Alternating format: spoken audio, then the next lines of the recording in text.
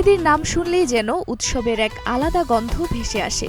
ঈদ, বিয়ে কিংবা যে কোনো আনন্দঘন মুহূর্তে হাতে মেহেদির রং না থাকলে অনেকের কাছেই উৎসব যেন অপূর্ণ থেকে যায়। তবে শুধু সৌন্দর্যের জন্য নয়, হাজার বছরের ইতিহাস আর নানা সংস্কৃতির সঙ্গেও জড়িয়ে আছে এই মেহেদি।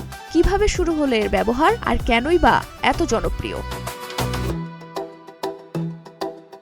মেহেদি বা হেনা মানুষের জীবনে নতুন কিছু নয়। ইতিহাস বলছে প্রায় ৯,০০০ বছর আগে উত্তর আফ্রিকা ও মধ্যপ্রাচ্যের মরু অঞ্চলে প্রথম এর ব্যবহার শুরু হয়। জীবন অবাক না করলে কে করবে? 28% মিল্ক ফ্যাটের অবাক করার সাথে ফ্রেশ মিল্ক পাউডার। জীবন অবাক করুক প্রতিদিন। মরুভূমির প্রচণ্ড গরম থেকে শরীর ঠান্ডা রাখতে তখন মানুষ পা ও হাত মেহেদি পেস্ট দিয়ে ঢেকে রাখত। সময়ের সঙ্গে সঙ্গে এর ব্যবহার ছড়িয়ে পড়েছে নানা সভ্যতায়। প্রাচীন মিশরের রানী নেফারতিতি এবং ক্লিওপেট্রার মেহেদি ব্যবহারের কথাও ইতিহাসে উল্লেখ আছে। আরব বিশ্বে মেহেদি দীর্ঘদিন ধরেই সৌভাগ্য, স্বাস্থ্য এবং সৌন্দর্যের প্রতীক হিসেবে বিবেচিত হয়ে আসছে।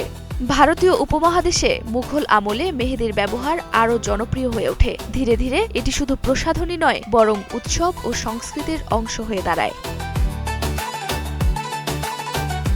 ইসলামী ঐতিহ্যেও মেহেদির কথা উল্লেখ রয়েছে। নবী মুহাম্মদ সাল্লাল্লাহু আলাইহি ওয়াসাল্লাম দাড়িতে মেহেদি ব্যবহার করতেন এবং নারীদের হাত রাঙাতে উৎসাহিত করতেন বলে বিভিন্ন বর্ণনায় পাওয়া যায়। বর্তমানে বাংলাদেশ সহ দক্ষিণ এশিয়ার দেশগুলোতে ঈদ, বিয়ে, নববর্ষ কিংবা পারিবারিক আয়োজন সবকিছুতেই মেহেদি যেন আনন্দের প্রতীক। ডিজাইনেও এসেছে নানা বৈচিত্র্য। আফ্রিকান ডিজাইনে দেখা যায় জ্যামিতিক নকশা, আরবীয় ডিজাইনে থাকে সরল লতাপাতার কাজ, আর ভারতীয় উপমহাদেশে জনপ্রিয় জটিল ও ভরাট নকশা।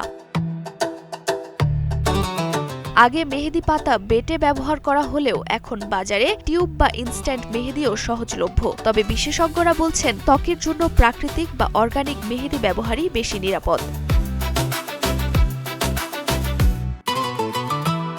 হাজার বছরের ইতিহাস পেরিয়ে আজও উৎসবের আনন্দে হাত রাঙায় এই প্রাকৃতিক রং।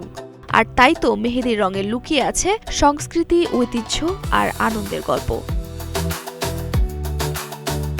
নুসরাত জাহান জেরিন, নাগরিক প্রতিদিন।